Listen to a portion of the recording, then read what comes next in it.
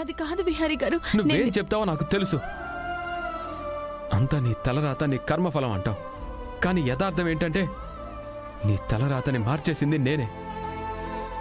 నేనే నీ జాతకంలో నష్ట జాతకుడిలా వచ్చాను. అందుకే నీకిన్ని కష్టాలు. దయచేసి అలా మాట్లాడద్దు బిహారీ గారు. నిజాలు మాట్లాడుతున్నాను కనుక నువ్వు అర్థం చేసుకో. ఇప్పుడు నువ్వు ఇలా బయటకు వచ్చావు. నేనిప్పుడు టైంకి రాకపోతే ఏమన్నా అయ్యుంటే అసలు నేను మీ నాన్నగారికి ఏం సమాధానం చెప్పాలి? అసలు నువ్వు ఇలా వెళ్ళిపోయే పరిస్థితి వస్తే నేను నిన్ను భారీగా అంగీకరించి విలువే ఉన్నట్టు.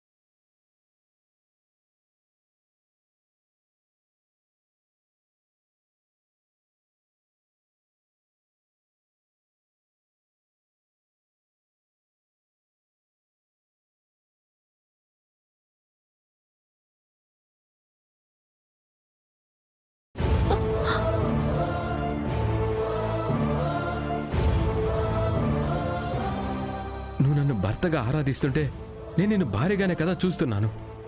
ప్లీజ్ బిహారీ గారు, నా దారిన నన్ను వెళ్ళనివ్వండి. అయితే వెళ్ళు. నువ్వు వెళ్ళగానే మా ఇంట్లో నేను జరిగిన నిజాన్ని చెప్పేస్తాను. ఎందుకంటే ఈ పరిస్థితుల్లో నువ్వు బయటికి వెళ్తే ఒంటరిగా బ్రతకలేవు. నిన్నెవరు బ్రతకనివ్వరు. అయితే మీ ఇంటికి వెళ్ళాలి, లేకపోతే నువ్వు మా ఇంట్లోనే ఉండాలి. అలా కాదని నువ్వు వెళ్తానంటే నేను ఒప్పుకోను. ఎందుకంటే నీ బాధ్యత నాదని మీ నాన్నగారికి మాటిచ్చాను. ఆ మాట ప్రకారం నిన్ను కాపాడుకునే బాధ్యత నాది. దయచేసి ఇంకెప్పుడు ఇలాంటి ఆలోచనలు చేయకు.